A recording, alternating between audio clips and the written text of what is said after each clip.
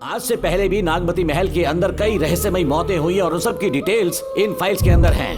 वहाँ जितने भी कत्ल हुए हैं उनके पीछे कोई रानी की आत्मा को तो कोई भेड़िया को तो कोई फिर सांप को वजह बता रहा है।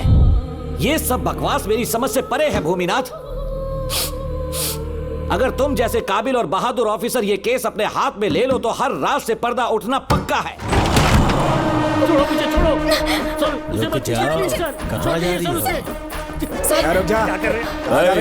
क्या हुआ? सर, मेरे पति इस एरिया के आरटीओ ऑफिसर है। फोर्सफुली मुझे यहाँ बुलाकर टॉर्चर कर रहा है सर। मुझे और मेरे पति को बचा लीजिए सर। बोले, तू ही यहाँ का नया ऑफिसर है क्या? जब बड़े इंसान से मिलने आते हैं तो अपॉइंटमेंट लेके आना चाहिए, पता नहीं है क्या? जहाँ मर्दों वाले काम होते हैं वहाँ घर की औरतों का क्या काम?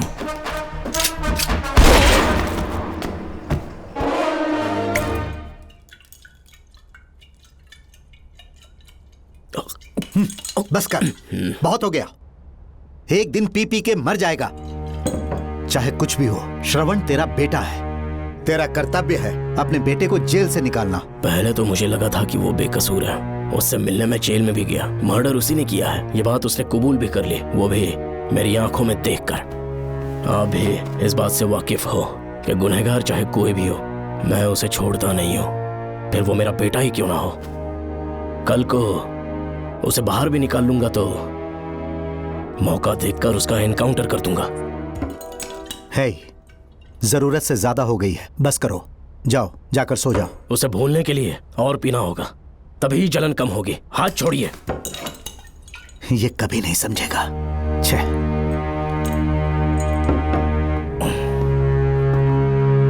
नमस्ते साहब। इतनी रात क्यों आए हो? ये श्रवण के बारे में बात करने आई है साहब। इसे यहाँ पर क्यों लाए हो? उससे मिलना है तो जेल में मिल लो। भूमि, एक बार उसकी बात तो सुन लो। साहब, सच्चाई क्या है वो बताना मेरी ड्यूटी है। ये क्या बोल रही है, कम से कम सुन तो लीजिए। बोलो, क्या बकना है? पुलिस स्टेशन में फोन आया कि एक लड़की ने आत्महत्या कर ली है, तो मैं और एसआई विक्रम साहब हम दोनों उसके घर गए।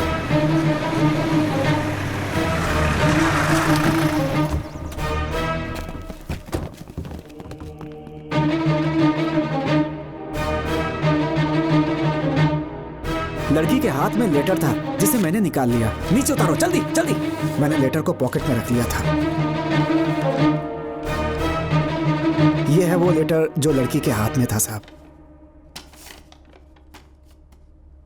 मैं प्रिया कुमारी दिलो जान से श्रवण से प्यार करती हूँ, लेकिन उसे मुझसे बिल्कुल प्यार नहीं है। सिर्फ मेरे सामने ढोंग करता है, अपनी वासना पूर्ति के लिए मुझे इस्तेमाल करता है। उसे राधिका से प्यार है।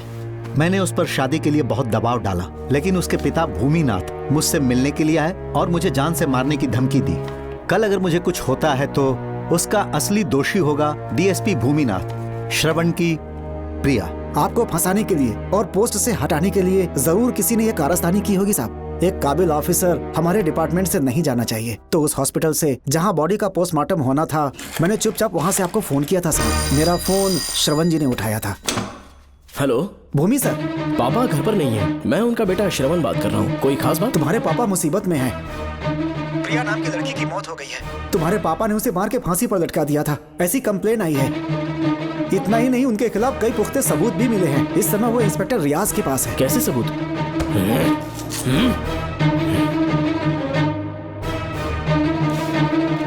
राहुल नाम का एक गवाह भी सामने आया है। उसने भी यही गवाही दी है कि तुम्हारे पापा ही कातिल हैं। क्या कहा उसने? सर, मुझे प्रिया से प्यार था और वो मुझसे प्यार नहीं करती थी। वो श्रवण से प्यार करती थी। श्रवण प्रिया और राधिका दोनों से प्यार करता था। वो दोनों भी उससे बहुत प्यार करती थी, पर प्रिया को ये बात बिल्कुल पसंद नहीं थी। राधिका और प्रिया में बहुत बहस हुई और इसीलिए उसने सुसाइड कमिट कर लिया।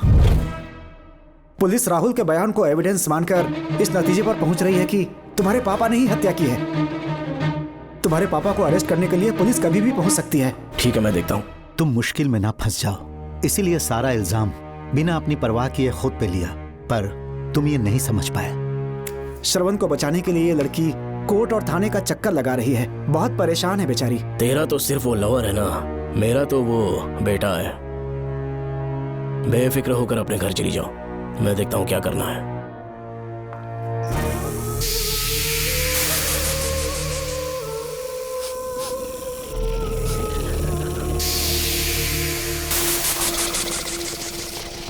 क्यों भाई कार्तिक, केवड़े की खुशबू आ रही है? सेंट लगाया है क्या? सेंट तो सुहागरात में नहीं लगाया। तो खुशबू कहाँ से आ रही है? अरे गन तो मुझे भी आ रही है। सांपों को ये खुशबू बहुत पसंद है। आधी रात को सांप का नाम मत ले, सच में आ गया तो क्या करेंगे? अरे इस महल में बहुत मौतें हुई हैं और सबकी मौत सांप के काटने से हुई है।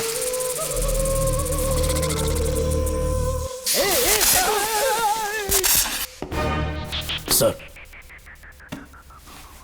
मैं सुबह उस महल में पहुंचा तो वहां पर कांस्टेबल की डेड बॉडी मिली और उसके गर्दन पर सांप के काटने का निशान था। 2 और भी कांस्टेबल्स थे, वो भी गायब हैं। अच्छे से शिनाख्त करने पर वहां पर सांप के रेंगने के भी हमें निशान मिले। बाकी सारी फॉर्मेलिटीज हमने पूरी कर दी। आज से पहले भी नागमती महल के अंदर कई रहस्यमयी मौतें हुई और उन सब की डिटेल्स इन फाइल्स के अंदर हैं। वहाँ जितने भी कत्ल हुए हैं उनके पीछे कोई रानी की आत्मा को तो कोई भेड़िया को तो कोई फिर सांप को वजह बता रहा है। ये सब बकवास मेरी समझ से परे है भूमिनाथ। अगर तुम जैसे काबिल और बहादुर ऑफिसर ये केस अपने हाथ में ले लो तो हर रात से पर्दा उठना पक्का है और इसीलिए तुम्हें अपने बेटे के मर्डर केस से हटाकर ये दूसरा केस सौंपने का ऑर्डर जारी कर रहा हूँ। इसे पढ़ लो, तुम्हारे transfer order. Okay sir.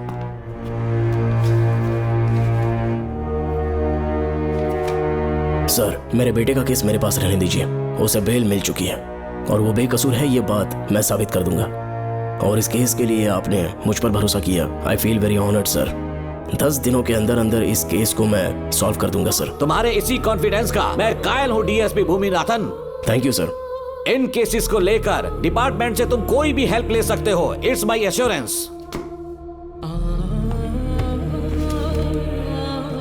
Sir, ये फाइल्स मेरे कार में रख दो। यहीं रुकना, आता हूँ मैं। Okay sir. मैं बहुत खुश हूँ श्रवण कि तुम्हें बेटा। इतनी जल्दी बेल मिल गई। बोलिए। क्या हुआ? तुम दोनों यहाँ क्या कर रहे हैं? तो पापा का ट्रांसफर हो गया है ना, तो कमिश्नर के ऑफिस आए हैं, उन्हीं का वेट कर रहे हैं। अरे रे, पिछले 2 महीने से उनके साथ चैन से ड्यूटी कर रहा हूँ, इतनी जल्दी ट्रांसफर हो गया? आज तक 2 महीनों से ज्यादा कहीं पर टिके नहीं है वो। ठीक कहा बेटा। तुम्हारे पापा तुम्हें बहुत प्यार करते हैं। जब तुम जेल में थे तुम्हारे पापा घर भी नहीं जाते थे। साहब जी। हाँ बोलो। घर जाके आराम से सो जाइए ना आप। मेरा बेटा जेल में फर्श पर सोता है तो मुझे घर के बिस्तर पे नींद कैसे आ सकती है? जब तक बेटा बाहर नहीं आ जाता, ये लॉकअप ही मेरा बेडरूम है। बड़े नसीब वाले हो, ऐसे पिता मिले हैं तुम्हें। तुम्हें बेल दिलाने के लिए पापा ने बहुत मेहनत की। राधिका ने भी बहुत चक्कर लगाए बेटा। इनके लिए मेहनत नहीं करूंगी तो फिर किसके लिए करूंगी बताइए? अरे हाँ, तुम्हारी शादी कब है? आपको जरूर बुलाएंगे अंकल। पापा आ गए। मायान, यहाँ क्या कर रहे हो तुम? काम से आया था, ये फाइल देनी थी मुझे। देखो, मेरी ड्यूटी नागमती पैलेस में लगी है। कुछ काम रहेगा तो फोन करूंगा। मैं वहाँ आ जाऊंगा साहब। कार कहाँ पर है बेटा? वो पार्किंग में खड़ी की है। चलता हूँ मायान। जी साहब। चलो चलते हैं। नमस्ते।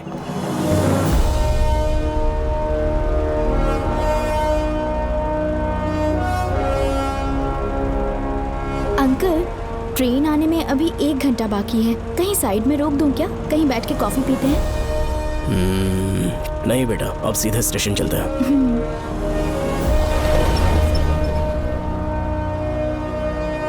पापा, वैसे मुझे एक डाउट है। आपने ये ट्रांसफर अपनी मर्जी से लिया या डिपार्टमेंट ने आप पर थोप दिया? मेरा काम देखकर ही डिपार्टमेंट ने मुझे ये काम दिया है। नागमती पैलेस का सिक्योरिटी हेड मेरे साथ जेल में था। वहाँ के बारे में उसने बहुत सी डरावनी कहानियां सुनाई। बेटा, वही आदमी जो वहाँ चोरी के इल्जाम में अरेस्ट हुआ था, सेनापति चौकन, क्या बता रहा था? यह कि नागमती की आत्मा ने बहुत सारे लोगों को मार डाला है। इतने लोग मरे तो वो खुद कैसे बच गया? नागमती की आत्मा के दिल में उसके लिए कहीं सॉफ्ट कॉर्नर है क्या? देखो बेटा, जब तक कोर्ट के ऑर्डर्स नहीं आ जाते, हर दिन थाने में जाकर साइन करना और कुछ दिन घर पे ही आराम करना। आप 10-15 दिन मेडिकल लीव ले लीजिए। घर पे आराम से बैठकर सोचेंगे कि वहाँ जाना चाहिए या नहीं। मेरी खैरियत का बहाना बनाकर मेरी ड्यूटी में दखल अंदाजी मत करो। एक तो तुमने प्रिया के मर्डर केस में कि इसमें मैं फंस जाऊंगा, किसी और के किए जुर्म का इल्जाम तुमने अपने ऊपर लिया और जेल चले गए। काश थोड़ा सब्र से काम लेते तो उस रिजर्व टिकट को सबूत बनाकर मैं ये प्रूव कर देता कि क्राइम में तुम शामिल नहीं थे।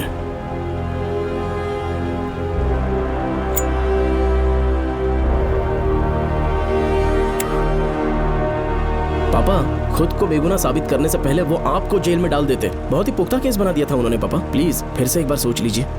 या तो कहीं और ट्रांसफर करवा लीजिए या वहाँ पर असल में क्या है ये जानने के लिए आप लीव ले लीजिए। अगर आप नहीं मानेंगे ना तो हम दोनों आपके साथ चलेंगे। अपने बाप को ब्लैकमेल कर रहे हो क्या?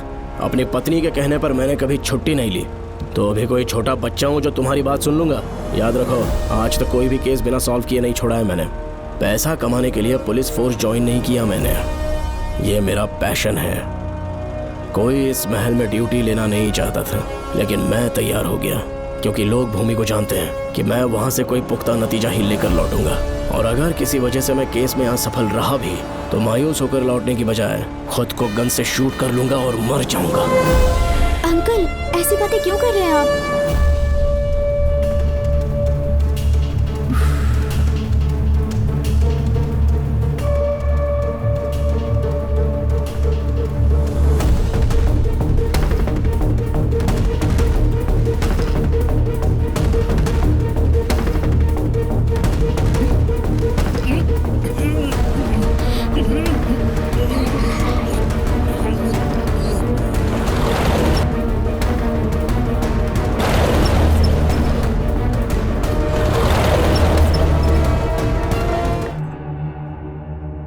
किसने तुम्हारी नींद उड़ा के रखी है बताओगे नहीं क्या हमें? लेकिन हमने पता लगा लिया है, वो कमीना इंस्पेक्टर रियाज है ना, उसका इलाज तो हम करेंगे। देखो डॉक्टर, उसकी कोई परवाह नहीं है मुझे। तो फिर कौन सा लफड़ा है? बिंदास होके बता ना। चोकन ने बताया कि नागमती महल में एक डरावनी रूह रहती है। रात को वहाँ पर 3 कांस्टेबल्स ड्यूटी पर लगाए गए थे, उनमें से एक की मौत हो गई और बाकी दोनों कांस्टेबल्स भी कल से गायब हैं। इस सब के इन्वेस्टिगेशन के लिए मेरे पापा को वहाँ ट्रांसफर किया जा रहा था।